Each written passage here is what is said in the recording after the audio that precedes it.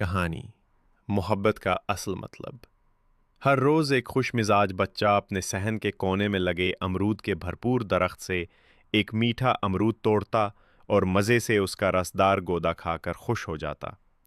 یہ چھوٹی سی عادت اس کے دل کو بہت سکون دیتی تھی۔ مگر ایک صبح جب وہ حسب معمول درخت کے پاس گیا تو ایک افسوسناک منظر اس کا منتظر تھا۔ درخت بالکل خالی تھا۔ سارا پھل کوئی توڑ کر لے گیا تھا۔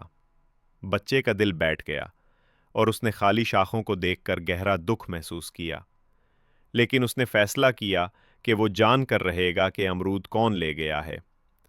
وہ ایک قریبی مکان کے پیچھے چھپ گیا اور انتظار کرنے لگا۔ تھوڑی دیر بعد گھنے جنگل سے ایک بہت بڑا گوریلا نکلا۔ وہ خالی درخت کے پاس آیا اور پھر ایک اور درخت کی طرف بڑھا جس پر امرودوں کی بھرمار تھی۔ اپنے مضبوط ہاتھوں سے اس نے امرود توڑنے شروع کیے اور اتنی بڑی ڈھیری جمع کر لی کہ اس کے بازوؤں میں نہ سما رہی تھی۔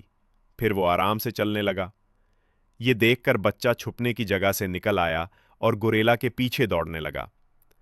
دونوں سبز میدان سے گزرتے ہوئے ایک چھوٹے سادہ سے مکان تک پہنچے۔ گوریلا اندر چلا گیا، بچہ دبے پاؤں آگے بڑھا اور احتیاط سے اندر جھانکنے لگا۔ اندر کا منظر حیران کر دینے والا تھا۔